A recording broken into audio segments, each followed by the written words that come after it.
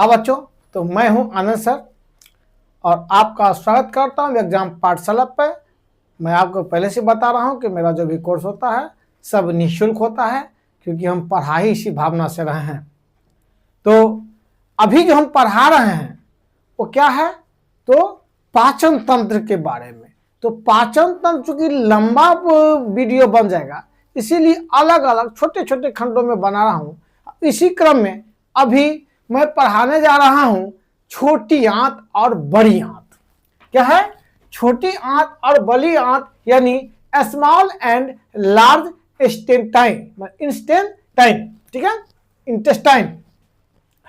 अब देखिए कि आंत कितने प्रकार का हो गया। पहले हम जाएंगे आंत में। आंत हो गया दो प्रकार का, एक हो गया छोटी आंत, एक हो गया बड़ी आंत। अब ये आंत क्या करता है, तो सबसे पहली बात, भोजन आमाशय में आने के बाद वहां कुछ जो है पाचक रस मिलते हैं। ठीक है, लेकिन वहां कुछ पाचक रस निकलते हैं और वह मिलता भी है, और ये जा करके आमाशय कहां खुलता है, तो डियोडेनम में। डियोडेनम छोटी आंत का भाग होता है। ये क्या है? छोटी आंत हो गया। छोटी आंत को हम तीन भाग में करेंगे। एक भाग होता है डियोडेनम, ड्यूडेनम। दूसरा हो गया आपका जेजुनम। तीसरा हो गया छोटी आंत का इलियम।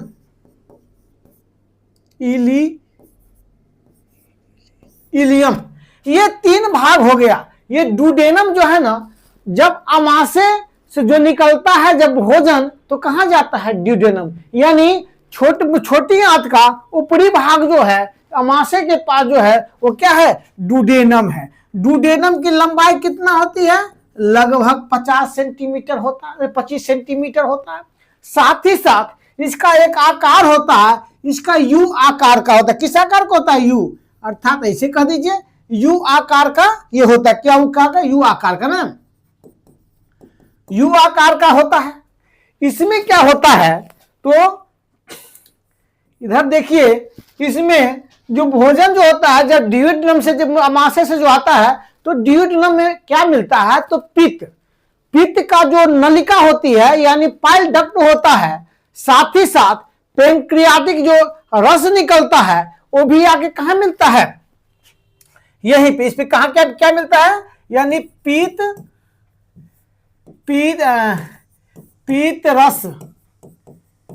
रस का जो नलिका है, नलिका, साथ ही साथ और क्या निकलता है? पेंक्रियाटिक। इसका जो रस होता है, पेंक्रियाटिक रस, ये दोनों जो है, इसका जो डक्ट यानी कि नलिका, रस की पेनक्रियाटिक नलिका कहिए इसको, पेनक्रियाटिक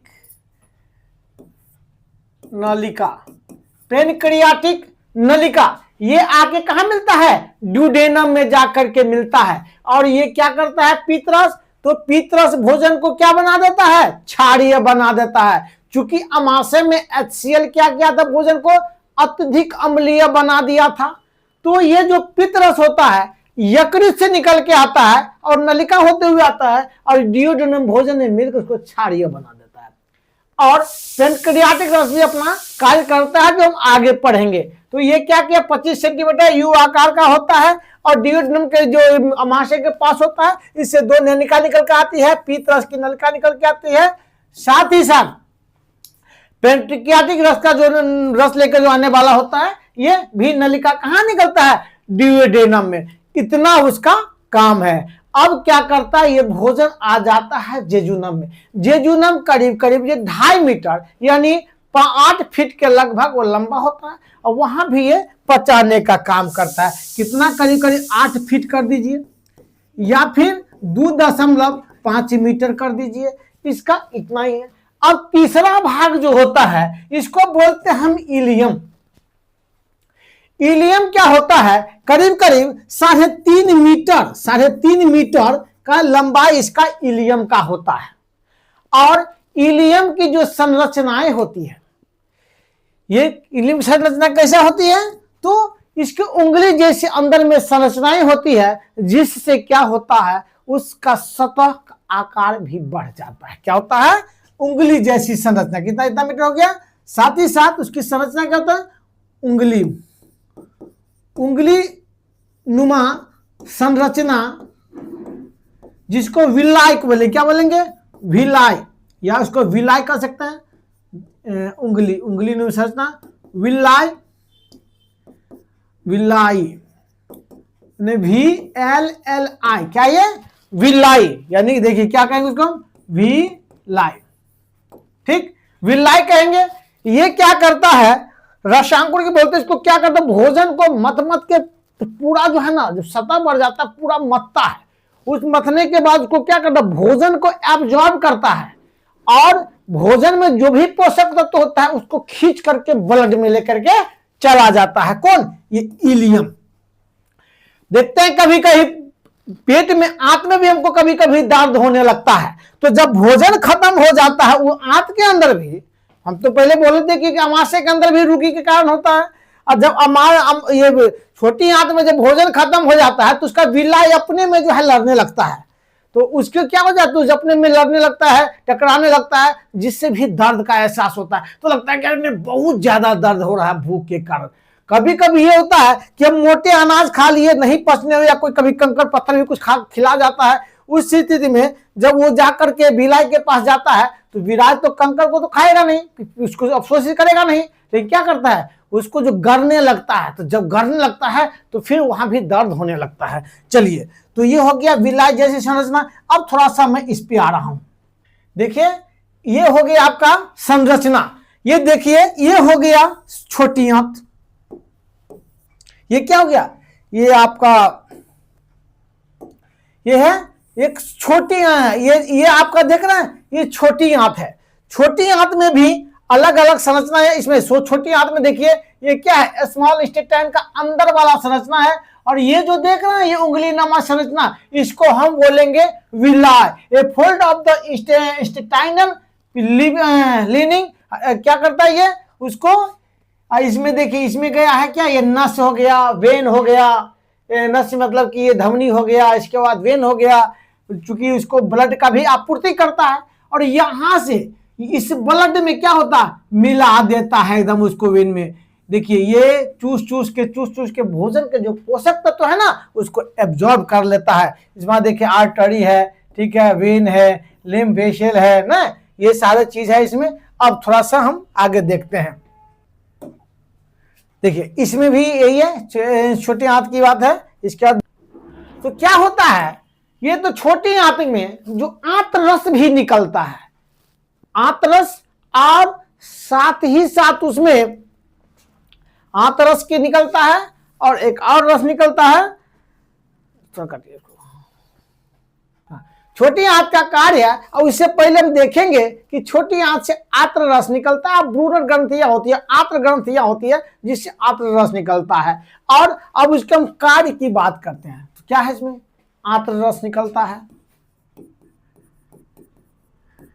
रस निकलता है,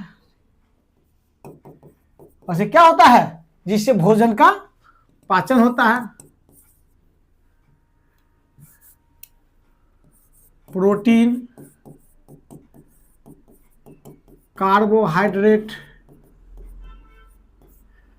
प्रोटीन कार्बोहाइड्रेट, ठीक है, इसके बाद वसा का पाचन होता है।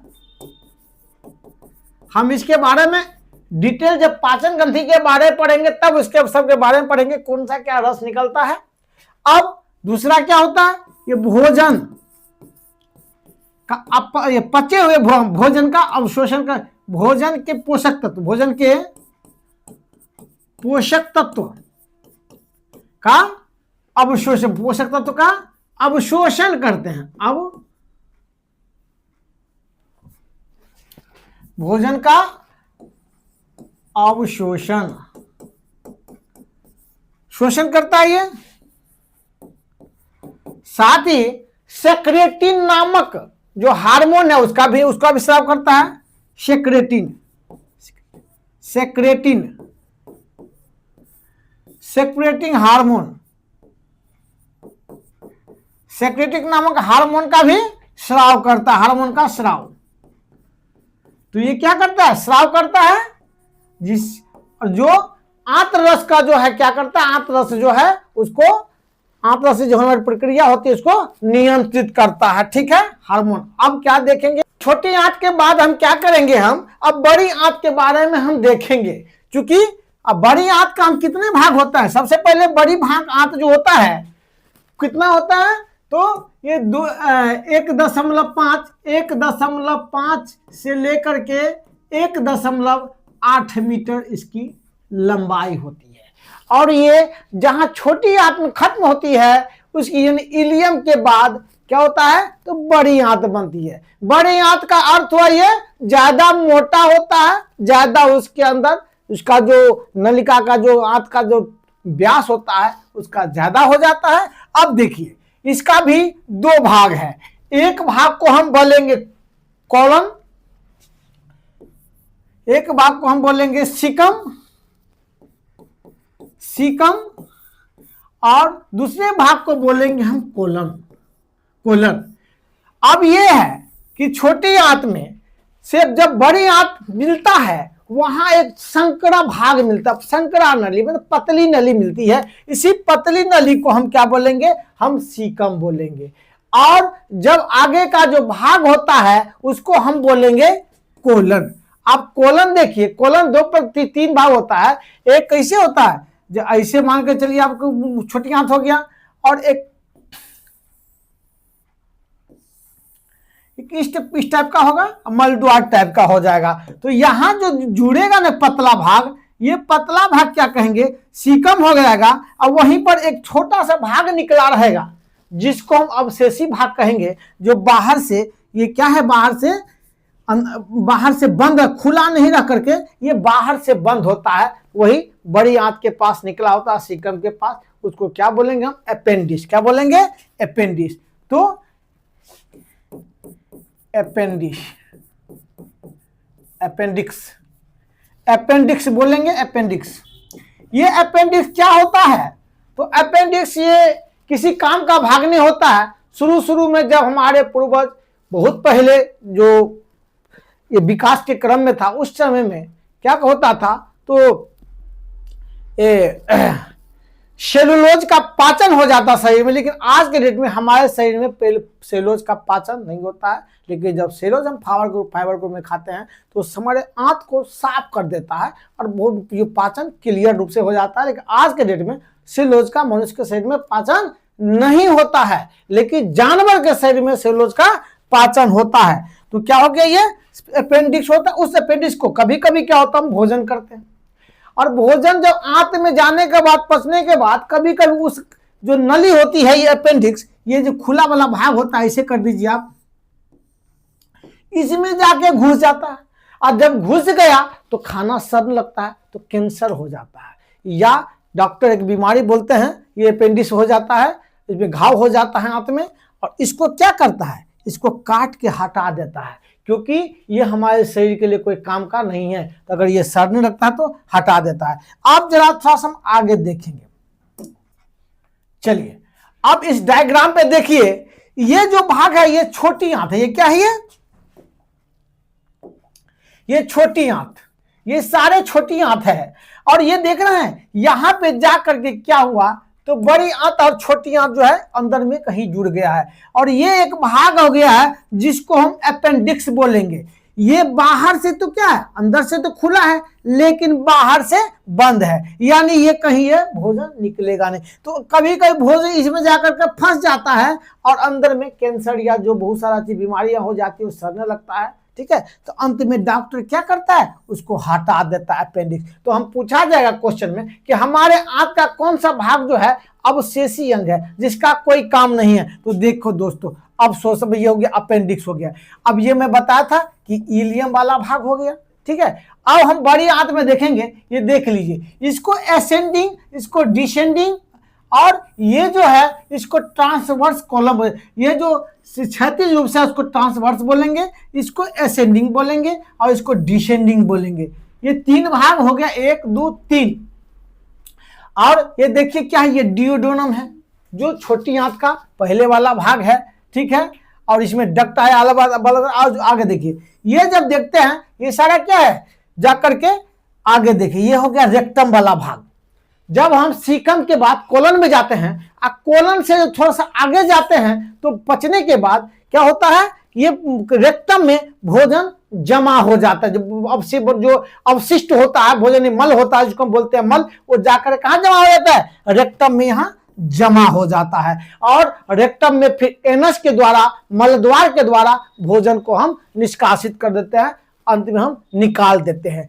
और इसका जो है बड़ी आंत का जो है बाद में और जो पढ़ा जाएगा, लेकिन बड़ी आंत का मुख्य कार्य क्या है, तो उसमें भोजन को क्या करता है, पानी का अवशोषण कर लेता है।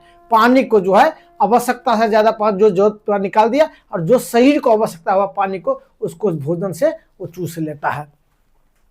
तो हम देखते हैं जब कभी हमारे से पेट खराब हो जाता है तो क्या हो जाता है, हम पतला पैखाना होना शुरू हो जाता है। ये इसी का कार्य है कि तो क्या करता है ये, उस टाइम में ये जब हमारा पतला पैखाना होने लगता है तो ये जो बड़ी आंत है वो पानी को अवशोषण नहीं कर पाता है, तब हम सब पुनः दवाई खाते हैं, ठीक है, तब फिर हमारा पेट ठीक होता है।